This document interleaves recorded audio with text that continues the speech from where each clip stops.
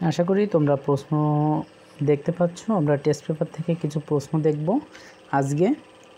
যে প্রশ্নগুলো আমাদের পঞ্চম অধ্যায় রসায়ন বিজ্ঞানের পঞ্চম অধ্যায় থেকে নেওয়া প্রশ্ন এবং পরীক্ষাতে আমাদের কেমন প্রশ্ন আসবে সে সম্পর্কে আমরা আজকে আলোচনা করব। পঞ্চম অধ্যায় থেকে, অর্থাৎ পঞ্চম অধ্যায়ে আমাদের রাসায়নিক বন্ধন সম্পর্কিত অধ্যায় তোমরা দেখতে পাচ্ছ।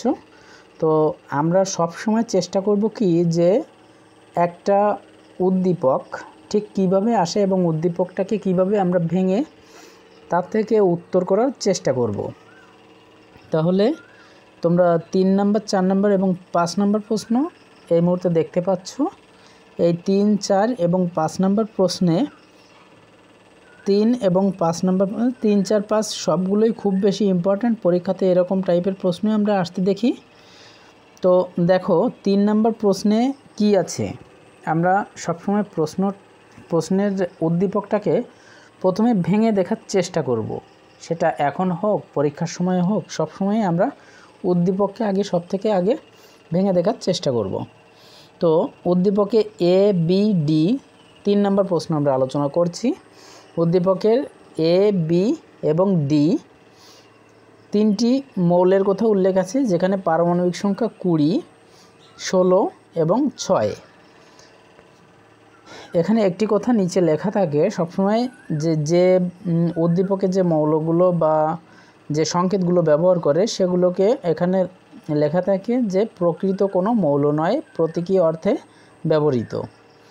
যাই হোক, আমরা এই পারমাণবিক সংখ্যা দিয়ে মৌলগুলোকে হিসাব করতে শিখি এবং এখান থেকে প্রশ্ন কি করেছে আমরা গ এবং ঘ কিন্তু আমাদের মুখস্থ করার মতো টপিক। তো আমরা গ এবং ঘ সবসময় উত্তর করার চেষ্টা করব। এ ও বি এর মধ্যে কোন ধরনের বন্ধন গঠিত হবে বর্ণনা করো। এ এবং বি আসলে কি সেটা আমরা হিসাব করব। তারপর আমরা এ ও বি এর মধ্যে কোন ধরনের বন্ধন গঠিত হয় সেটিও বর্ণনা করব। তারপর এ এর হ্যালাইড কাকে বলে, এ এর হ্যালাইড কাকে বলবে, পানিতে দ্রবণীয় হলেও ডি এর হ্যালাইড পানিতে অদ্রবণীয়, বিশ্লেষণ করো। আমরা এটাও দেখব। তাহলে আমাদের এ, বি, ডি পারমাণবিক সংখ্যা আছে 20, 16 এবং 6। চলো আমরা প্রশ্নটাকে একটু ভেঙে দেখার চেষ্টা করি। তাহলে আমাদের এ, বি এবং ডি যাদের পারমাণবিক সংখ্যা হলো 20, 16 এবং 6, এটা হচ্ছে মৌল এবং এটি হচ্ছে পারমাণবিক সংখ্যা।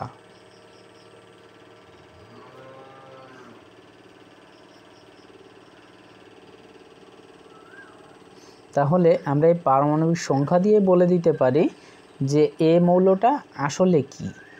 কারণ কোনো কিছুর পারমাণবিক সংখ্যা, একটির পারমাণবিক সংখ্যা অন্যটির সাথে কখনোই ম্যাচ করে না। অর্থাৎ পর্যায় সারণীর যতগুলো পারমাণবিক সংখ্যা আছে তারা একটা মৌলের জন্য ঠিক একটা করেই পারমাণবিক সংখ্যা আছে। যেমন 20 নাম্বার যে পারমাণবিক সংখ্যা বিশিষ্ট যে মৌলটি, সেটি আসলে ক্যালসিয়াম, Ca। এটি আমরা যখন চর্চা করতে থাকব তখন আমরা আস্তে আস্তে এটি আমাদের মনে থাকবে যে 20 নম্বরে ক্যালসিয়াম আছে, 16 নম্বরে কি আছে, সালফার আছে। এটা আমরা কিন্তু প্রথমে দেখে চর্চা করব, একটা পর্যায়ে গিয়ে আমাদের কিন্তু সেটি আর দেখে চর্চা করতে হবে না। তখন আমাদের মনের মধ্যে অটোমেটিক অঙ্কিত হয়ে যাবে যে আসলে আমাদের 16 নম্বরে কি আছে, 20 নম্বরে কি আছে, 12 নম্বরে কি আছে, 6 নম্বরে কি আছে।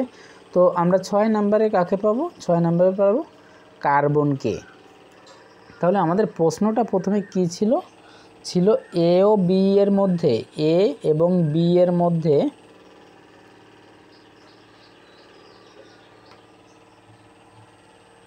কোন ধরনের বন্ধন গঠিত হবে বর্ণনা করো।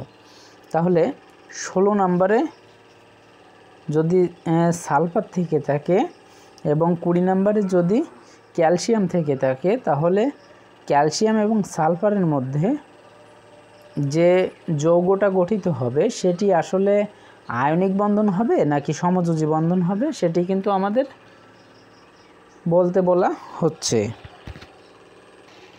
তাহলে আমরা CaS, এই যে আমাদের ক্যালসিয়াম এবং সালফার, এই ক্যালসিয়াম এবং সালফারের মধ্যে কি বন্ধন গঠিত হবে সেটি আমরা গ নম্বরে আলোচনা করব। অর্থাৎ ক্যালসিয়াম সি হচ্ছে ক্যালসিয়াম এবং এস হচ্ছে সালফার।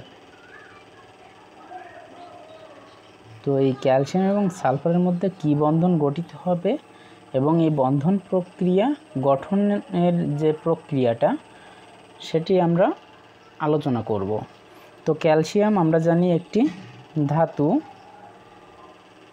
এবং সালফার জানি একটি অধাতু।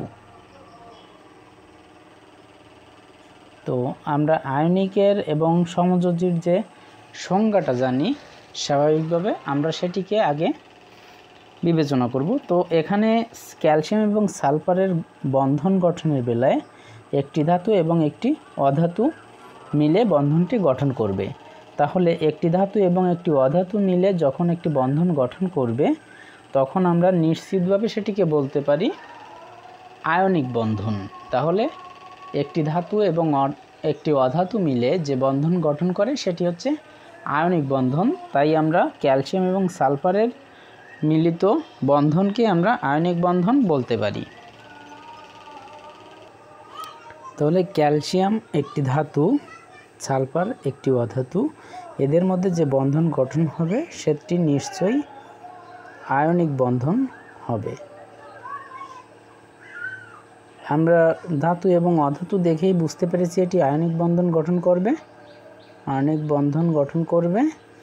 তো এই আয়নিক বন্ধন গঠনের প্রক্রিয়াটা কি?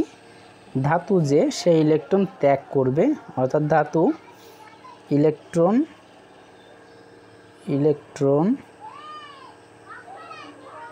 ত্যাগ করবে, তাই না? ত্যাগ। আর অধাতু যে সে ইলেকট্রন গ্রহণ করবে, তো একজন ইলেকট্রন ত্যাগ করবে, একজন ইলেকট্রন গ্রহণ করবে। এবং এদের ডায়াগ্রাম চিত্র যখন আমরা আঁকবো, অবশ্যই এই ধরনের প্রশ্নে আমাদের ডায়াগ্রাম চিত্র দিয়ে দেখাতে হবে। তো প্রথম ডায়াগ্রাম চিত্রে আমরা দেখাবো শুধু ক্যালসিয়ামের ইলেকট্রন কিভাবে বিন্যস্ত আছে তার ডায়াগ্রামের মধ্যে। অর্থাৎ প্রথম শক্তি স্তরে ক্যালসিয়ামের প্রথম শক্তি স্তরে 2টি ইলেকট্রন বিদ্যমান, পরবর্তী দ্বিতীয় শক্তি স্তরে 8টি ইলেকট্রন বিদ্যমান, তারপরে শক্তি স্তরে আবারও 8টি ইলেকট্রন বিদ্যমান। তাহলে 8 আর 8 16 আর 2 18টি হলো, এবং সর্বশেষ শক্তি স্তরে 2টি ইলেকট্রন বিদ্যমান। এবার যদি আমরা দেখি সালফারের এরকম ডায়াগ্রাম চিত্রটি, অর্থাৎ 16 বানাতে হবে আমাদের। তাহলে দেখো প্রথম শক্তি স্তরে 2টি ইলেকট্রন বিদ্যমান, দ্বিতীয় শক্তি স্তরে 8টি ইলেকট্রন বিদ্যমান, তাহলে 8 আর 2 10, আর 6টি সর্বশেষ শক্তি স্তরে 6টি ইলেকট্রন বিদ্যমান হবে। 2 3 4 5 6, এই 6টি ইলেকট্রন বিদ্যমান। তাহলে এই যে ক্যালসিয়ামের শেষ কক্ষপথে 2টি ইলেকট্রন বিদ্যমান আছে, এই 2টি ইলেকট্রন সালফার তার শেষ কক্ষপথে যে 2টি ইলেকট্রন কম আছে, অষ্টক পূরণ করার জন্য যে 2টি ইলেকট্রন কম আছে সেইখানে সেই দুটিকে গ্রহণ করবে। অর্থাৎ সালফারের সর্বশেষ কক্ষপথে আমরা দেখতে পাচ্ছি 8টি পূরণ হতে 2টি ইলেকট্রন বাকি আছে, এখানে একটি দিলে 8টি পূরণ হতো। ঠিক তেমনি ক্যালসিয়ামের ক্ষেত্রে যে সর্বশেষ শক্তি স্তরে 2টি ইলেকট্রন বিদ্যমান আছে, এই 2টি ইলেকট্রন ক্যালসিয়াম কিন্তু ত্যাগ করতে পারে। অর্থাৎ আমরা একটা সাধারণ জিনিস মনে রাখবো, যখন এই শক্তি স্তরে সর্বশেষ শক্তি স্তরে 4টির কম ইলেকট্রন থাকবে, সেটি ইলেকট্রন ত্যাগ করতে পারবে খুব সহজে, সেই মৌলটি ইলেকট্রন ত্যাগ করতে পারবে খুব সহজে। আর যে মৌলের শেষ কক্ষপথে 4টির অধিক ইলেকট্রন আছে সে কিন্তু ত্যাগ করতে পারবে না সহজে, কিন্তু গ্রহণ করে অষ্টক পূরণ করতে পারবে সহজে। এই কথাটুকু মনে রাখলেই আমরা কিন্তু এই ধরনের যে বিক্রিয়া বা রাসায়নিক বন্ধন সৃষ্টি হবে সেই বন্ধনের বেলায় আমরা কে ইলেকট্রন ত্যাগ করবে এবং কে ইলেকট্রন গ্রহণ করবে। সাধারণত আয়নিক বন্ধনের বেলায় ছাড়া তো ইলেকট্রন গ্রহণ আর ত্যাগ হবে না, তো কে ইলেকট্রন গ্রহণ করবে এবং কে ইলেকট্রন ত্যাগ করবে সেটি বুঝতে গেলে কিন্তু আমাদের এই কার সর্বশেষ শক্তি স্তরে 4টির কম ইলেকট্রন আছে সে ত্যাগ করবে, কার সর্বশেষ শক্তি স্তরে 4টির বেশি ইলেকট্রন আছে সে গ্রহণ করবে, এভাবেই কিন্তু আমরা মনে রাখতে পারি।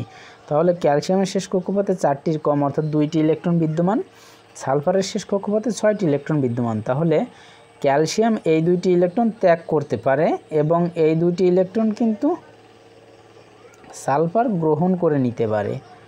তো দেখো এই দুটিকে আমরা যদি এখানে ত্যাগ করিয়ে দিই তাহলে ক্যালসিয়ামের শেষ কক্ষপথে 2টি ইলেকট্রন ছিল, সেটি ত্যাগ হলে এই কক্ষপথটাই ত্যাগ হয়ে যায়, এই কক্ষপথটাই ত্যাগ হয়ে যাবে। তাহলে ক্যালসিয়ামের কাঠামোটা কার মতো হবে? আর্গন, হিলিয়াম, নিয়ন, আর্গন, আর্গনের মতো কাঠামো লাভ করবে ক্যালসিয়াম। সালফারও 2টি ইলেকট্রন গ্রহণ করার পর এও কিন্তু আর্গনের মতো কাঠামো লাভ করবে, অর্থাৎ দুইজনেরই শেষ কক্ষপথে 8টি করে ইলেকট্রন বিদ্যমান থাকবে।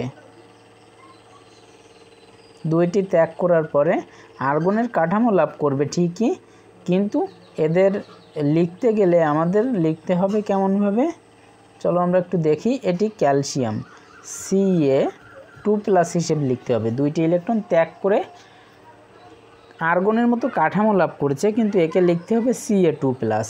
ঠিক তেমনি সালফারের ক্ষেত্রে যে সর্বশেষ শক্তি স্তরে 8টি ইলেকট্রন থাকছে, এটিও আর্গনের মতো কাঠামো লাভ করলেও এটিকে আমাদের কীরকম লিখতে হবে সেটি আমরা একটু দেখি। এটি সালফারের ইলেকট্রন বিন্যাস ডায়াগ্রাম চিত্র। তো এটিকে আমরা লিখতে পারবো S2-। তো আমাদের একটি প্রশ্ন সমাধান করতে গেলে এইটা কিন্তু গোয়াতে আমাদের শুধু চিত্র আঁকতে হবে, ঠিক কেমনভাবে তেমনভাবে আমরা শুধু চিত্রই এঁকেছি এবং যতটুকু আমাদের বুঝতে হবে সেগুলো কিন্তু বা লিখতে হবে আমাদের প্রশ্নের উত্তর হিসেবে, সেগুলো কিন্তু আমরা এখানে মুখ দিয়ে বলার চেষ্টা করেছি। তাহলে আমরা এ এবং বি এই দুটি মৌল যুক্ত হয়ে ক্যালসিয়াম এবং সালফারের যৌগ গঠন করবে এবং সেটি একটি আয়নিক বন্ধন হবে। কেন আয়নিক বন্ধন হবে? একটি ধাতু এবং অন্যটিকে অধাতু আমরা দেখতে পাচ্ছি, তার জন্য আয়নিক বন্ধন হবে। আয়নিক বন্ধন গঠনের শর্ত হলো ইলেকট্রন ত্যাগ এবং ইলেকট্রন গ্রহণ, অর্থাৎ একটি মৌল ইলেকট্রন ত্যাগ করবে এবং অপর মৌল ইলেকট্রন গ্রহণ করবে। যে মৌল ত্যাগ করছে তার ত্যাগকৃত ইলেকট্রনই অপর মৌল গ্রহণ করবে। তাহলে এখানে ক্যালসিয়াম ইলেকট্রন ত্যাগ করছে এবং সালফার 2টি ইলেকট্রন গ্রহণ করছে। দুইজনেই আর্গনের কাঠামো লাভ করছে এবং আর্গনের কাঠামো লাভ করার পর ক্যালসিয়ামকে লিখতে হচ্ছে Ca2+ এবং সালফারকে লিখতে হচ্ছে S2-। তো এখানে আমরা আয়নিক বন্ধন কিভাবে গঠিত হচ্ছে, একজন ইলেকট্রন ত্যাগ করছে, একজন ইলেকট্রন গ্রহণ করছে। এই ত্যাগ এবং গ্রহণের পূর্বে চিত্রটা আমাদের আঁকতে হবে এবং ত্যাগ এবং গ্রহণের পরে তাদের চিত্রটা কেমন হচ্ছে সেটিকেও আমাদের দেখাতে হবে। আমি উপর নিচে আছি, এখানে নিচে স্পেসটা কম ছিল তাই, কিন্তু এখানে যেরকম একটির পাশে আরেকটি এঁকেছি এখানেও একটি পাশে আরেকটি আঁকা যেত, কোনো সমস্যা নাই। তো আশা করি তোমরা এই বিষয়টা বুঝতে পেরেছো। আমরা পরবর্তী যে প্রশ্নটা ছিল সেটি একটু মনে করার চেষ্টা করি যে এ এর হ্যালাইড পানিতে দ্রবণীয় হলেও ডি এর হ্যালাইড পানিতে দ্রবণীয় নয় কেন, ব্যাখ্যা করো। তাহলে এ এর হ্যালাইড এবং ডি এর হ্যালাইড, আমরা এ বলতে ক্যালসিয়াম বুঝেছিলাম আর ডি বলতে কার্বন বুঝেছিলাম। তাহলে চলো আমরা ওই বিষয়টাও একটু চিন্তা করি। তাহলে এ এর হ্যালাইড, এ মৌলটা কি ছিল আমাদের? এ মৌলটা ছিল ক্যালসিয়াম, তাই তো, আর ডি মৌলটা ছিল কার্বন। তাহলে আমরা কি জানি, আমরা পানিতে দ্রবণীয় কোনটি হবে আর পানিতে অদ্রবণীয় কোনটি হবে এটি কিভাবে জানি আমরা? আমরা জানি পানি একটি সমযোজী যৌগ,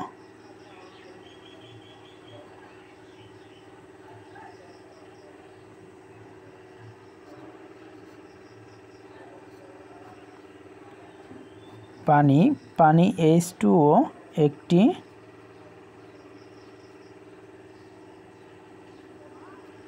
সমযোজী যৌগ।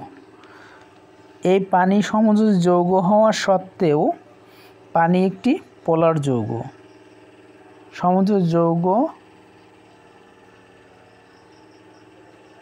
হওয়া সত্ত্বেও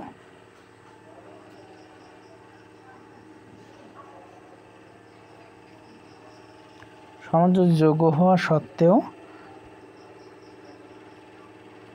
পানি একটি পোলার যৌগ। আচ্ছা, এবার আমরা একটু বলি যে পোলার যৌগটা কি।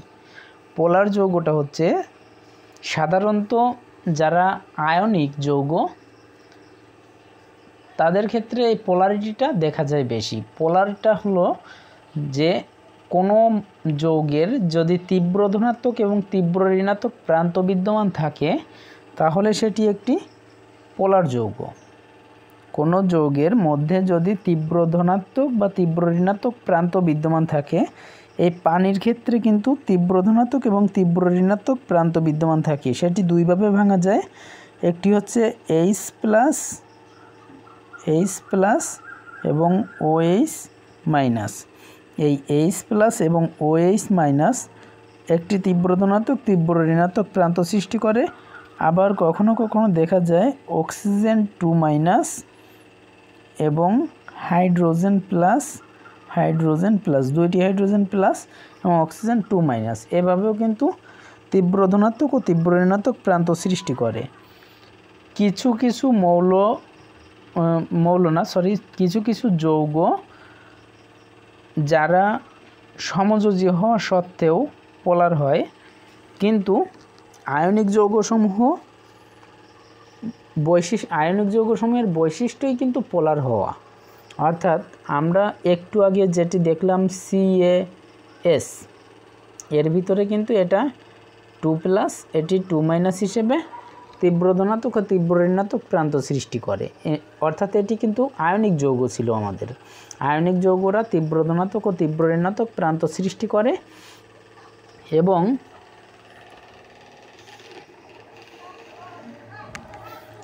এই তীব্র ধনাত্মক ও তীব্র ঋণাত্মক প্রান্ত সৃষ্টি করার কারণেই তারা পোলার। অর্থাৎ মূলত এই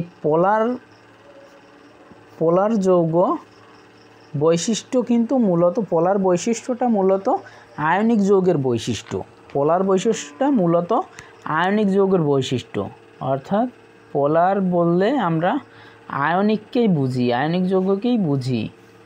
কিন্তু কিছু কিছু সমযোজী যৌগ পোলার হয়ে থাকে, যেমন এই যে পানি, এটি তো একটি সমযোজী যৌগ। সমযোজী কেন? এর ভিতরে কোনো ধাতু নেই, অধাতু ইলেকট্রন শেয়ারের মাধ্যমে বন্ধন গঠন করেছে, এদের মধ্যে কোনো ধাতু নেই, তাই এরা সমযোজী। কিন্তু কিছু কিছু সমযোজীও পোলার হয়ে থাকে। এই কিছু কিছু বললে কোনগুলো বোঝাবে? যেমন HCl পোলার হয়ে থাকে, HBr কিছুটা পোলার হয়ে থাকে। এরা তীব্র পোলার না, কিছুটা পোলার। কিন্তু পানি তীব্র পোলার। এই পানি একটি পোলার যৌগ হওয়ার কারণে পানিতে পোলার বৈশিষ্ট্য বিশিষ্ট আয়নিক যৌগসমূহ সবাই দ্রবীভূত হয়। প্রায় সবাই কোনো সময় আমরা বলতে পারি না, সব কিছুতে কিছু কিছু ব্যতিক্রম থাকে। তো এই পানি সমযোজী যৌগ হওয়া সত্ত্বেও এটি একটি পোলার যৌগ।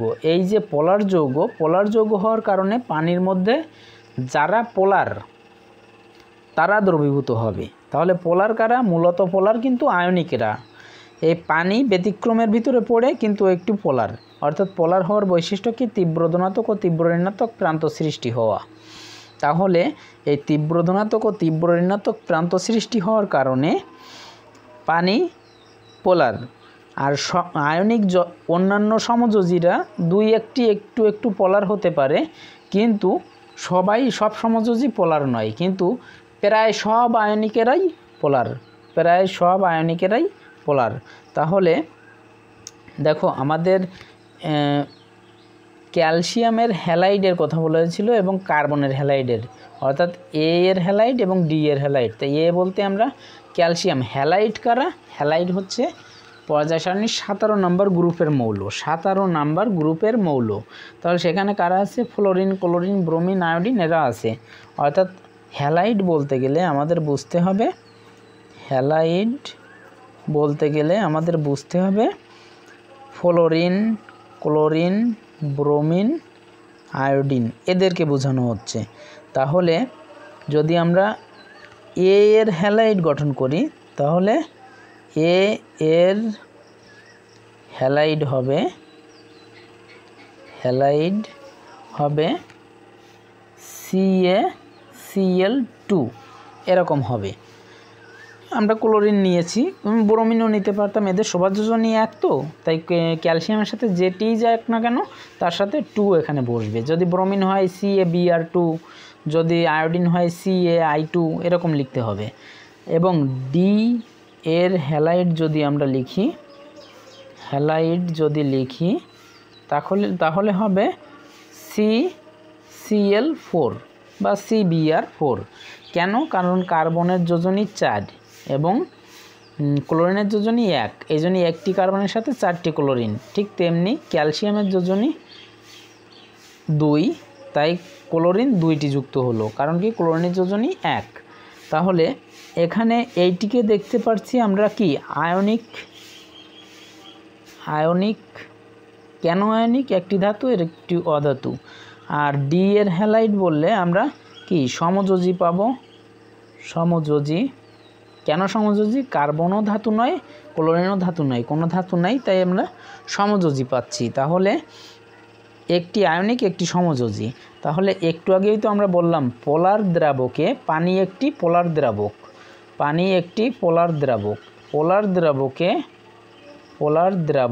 এই পোলার দ্রাবককে কিন্তু পোলার যৌগসমূহ কারা পোলার? আয়নিকেরা পোলার।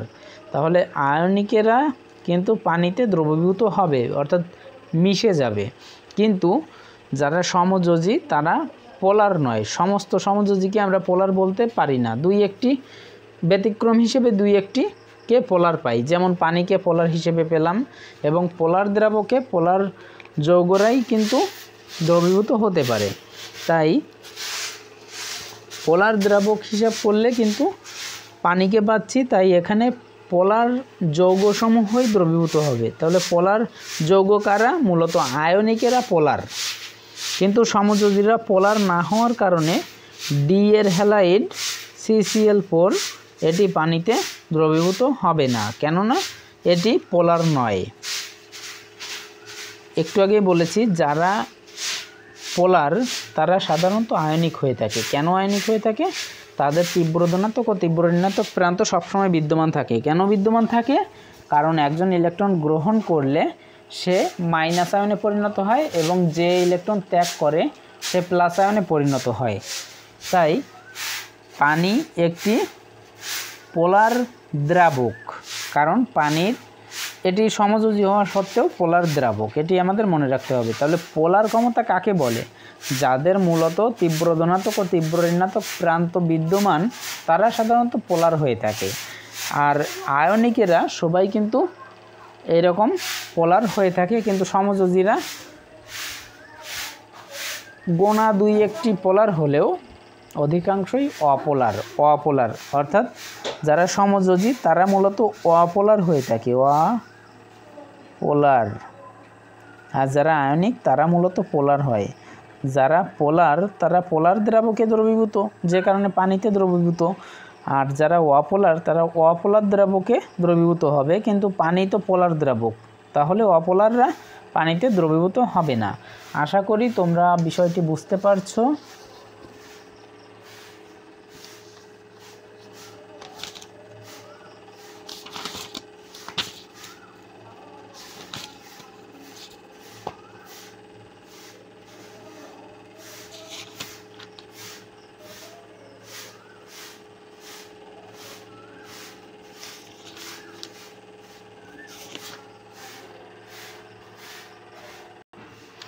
এবার বলি যে আমরা পানি যে পোলার, আর এখানে আয়নিকেরাই শুধু দ্রবীভূত হবে এমনটি প্রকাশ করতে গেলে আমরা এটি দেখাবো কিভাবে।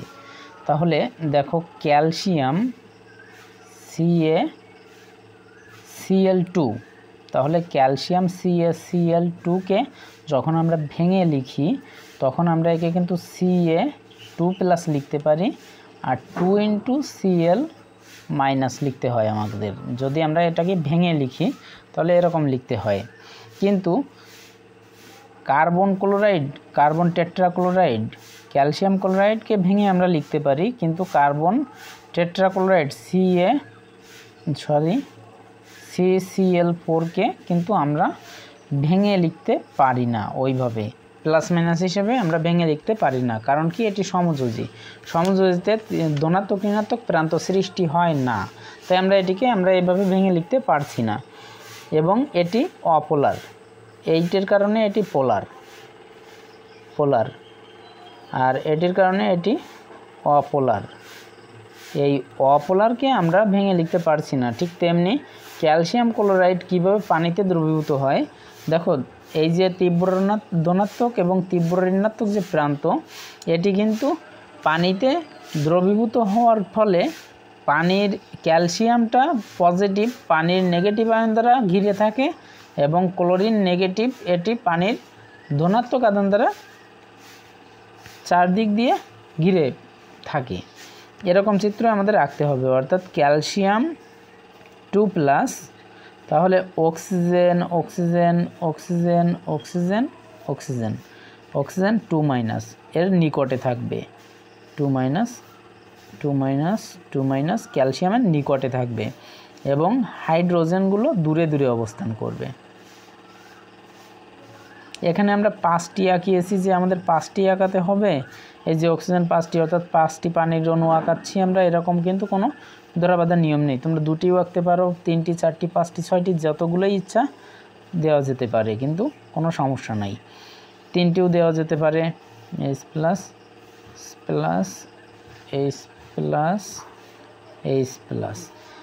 এইটা ক্যালসিয়ামকে, অর্থাৎ এটি ছাড়া, এই ক্যালসিয়াম ক্লোরাইড ছাড়া অন্যটা তো দ্রবীভূত হবে না, এটির ক্ষেত্রে আমাদের আঁকাতে হবে না, শুধু লিখে দিলে হচ্ছে যে পানি একটি পোলার দ্রাবক, সেখানে সমযোজী অপোলারেরা সাধারণত দ্রবীভূত হয় না।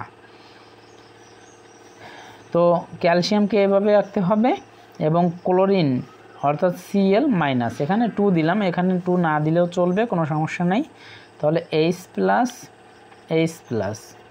এখানে অক্সিজেন 2-, এখানে সিগমা বন্ধন হয়ে থাকে, এই যে অক্সিজেন 2 আমরা কিন্তু সিগমা বন্ধন দিলে ভালো হবে। H+ sigma plus oxygen 2 sigma minus, এরকম লেখা উচিত। এই যে এখানে সব সিগমা হবে, সিগমা,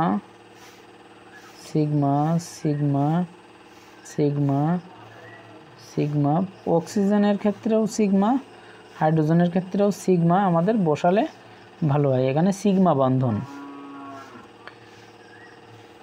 যাই হোক, এই যে ক্লোরিনকে কিন্তু হাইড্রোজেনরা ঘিরে রাখছে, অক্সিজেন কিন্তু দূরে দূরে অবস্থান করছে। H+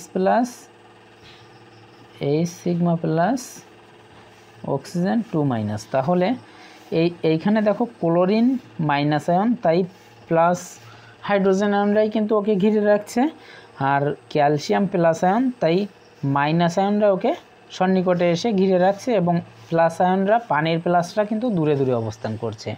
যাই হোক, আমাদের এভাবে দেখিয়ে দিতে হবে যে ক্যালসিয়াম আয়ন পানিতে দ্রবীভূত হয় কিভাবে এবং ক্লোরিন আয়ন পানিতে দ্রবীভূত হয় কিভাবে। এখানে আমরা 3 দুগুণে 6টি হাইড্রোজেন এনেছি, এখানে 8টি 10টি আসলেও কোনো সমস্যা ছিল না। যাই হোক, আশা করি বুঝতে পারছো। তো এক একটা ক্লাস এর থেকে বড় হলে আমরা সেটি মনোযোগ দিতে পারবো না, তাই এই ক্লাস এই পর্যন্তই। আর অন্য যে দুটি প্রশ্ন তোমরা প্রথমে দেখতে পেয়েছো, ওই প্রশ্ন দুটিও তোমরা প্রথমে একটু চেষ্টা করবে, যদি পারো।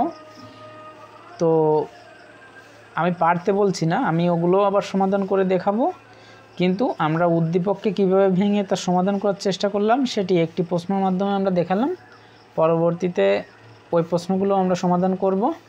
আমাদের এক একটা ক্লাসে আমরা একটা ইম্পর্ট্যান্ট প্রশ্ন খুব ভালোভাবে করি, কিন্তু তাতে খুব বেশি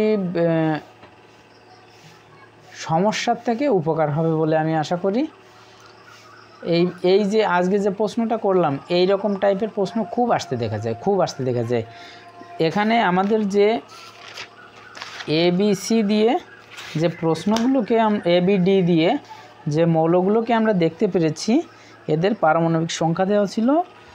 এখানে যে পারমাণবিক সংখ্যায় 20, 16, 6 এগুলোই থাকবে এর কোনো নিশ্চয়তা নেই।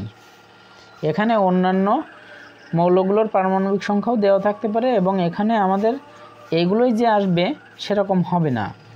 উদাহরণ হিসেবে ম্যাচ হবে, কিন্তু এই যে দুটি প্রশ্ন আমরা করলাম যে এখানে কোন ধরনের বন্ধন গঠন করে, আয়নিক না সমযোজী, সেটিও নিয়ে আমাদের প্রশ্ন আসতে পারে। আবার এইখানে মৌলগুলোকে চেঞ্জ করে দিয়ে আমাদের পানিতে দ্রবণীয় নাকি অদ্রবণীয় সেটি সম্পর্কেও আমাদের প্রশ্ন আসতে পারে। যাই হোক, আজকের ক্লাসে এই পর্যন্তই, দেখা হবে পরবর্তী ক্লাসে। তো সামনে আমরা প্রথমে যে প্রশ্ন 3টিকে দেখেছিলাম, 1 ও 3 নম্বর, অর্থাৎ 3 এবং 5 নম্বর, প্রথমটি এবং তৃতীয় প্রশ্নটি খুব বেশি ইম্পর্ট্যান্ট। আর দ্বিতীয়টিও যে ইম্পর্ট্যান্ট না তা ঠিক না, এক টাইপেরই প্রশ্ন। তোমরা দেখে বুঝতে পেরেছো কি না আমাকে জানাবে, আর যদি বুঝতে পারো সেটা তো ভালো। তারপর আমি অবশ্যই সবগুলোই সমাধান করানোর চেষ্টা করব। তো ধন্যবাদ।